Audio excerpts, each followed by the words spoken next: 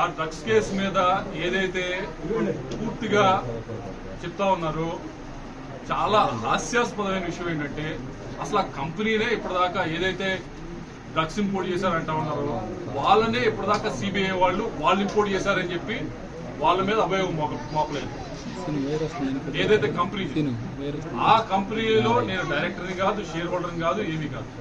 So ఆ కంపెనీలో ఒక డైరెక్టర్తో నేను ఎప్పుడో కొన్ని సంవత్సరాల క్రితం నాతో ఫోటో దిగితే ఆ ఫోటోలు లింక్ చేసి నాకు సంబంధం ఉందని చెప్పి ఇటువంటి రాయటం, దీనిపైన ఇప్పటికే ఎలక్షన్ కమిషన్ నేను నోటీస్ ఇవ్వడం జరిగింది.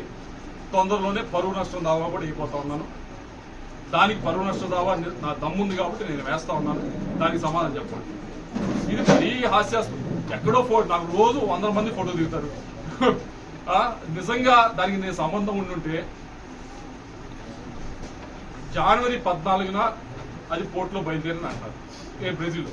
ఆ రోజు నేను వైసీపీలో ఉన్నాను. జనవరి 14న మరి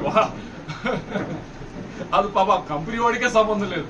ఆ కంపెనీ వాళ్ళే ఇప్పటిదాకా తప్పు చేశారని చెప్పి సిబిఐ కానీ ఇంటర్పోల్ కానీ ఒక్కరు కూడా ఆ కంపెనీనే రానట్లేదు. ఆ కంపెనీ వాళ్ళనే పాప ఇప్పటిదాకా దోషిగా నిర్ధారించిపోతే నాతో 8 సంవత్సరాల క్రితం 9 సంవత్సరాల క్రితం ఆ కంపెనీలో డైరెక్టర్ ఒక ఆయన నాతో ఫోటో దిగితే నా మీద వేసి అదో పెద్ద ఫోటో వేసి చూపించడం అనేది ఇంతకంటే హాస్యాస్పదమైన విషయం, ఇంతకంటే విచారించాల్సిన విషయం ఏమన్నా ఉందా? కాబట్టి దీనిపై 2 చర్యలు మేము మా వైపు తీసుకుంటా ఉన్నాం. ఒకటి, ఈసీకి నోటీస్ ఆల్రెడీ ఇచ్చాము. ఈసీకి ఆల్రెడీ కంప్లైంట్ ఇచ్చాము. ఈసీ కంప్లైంట్ ఇచ్చాము.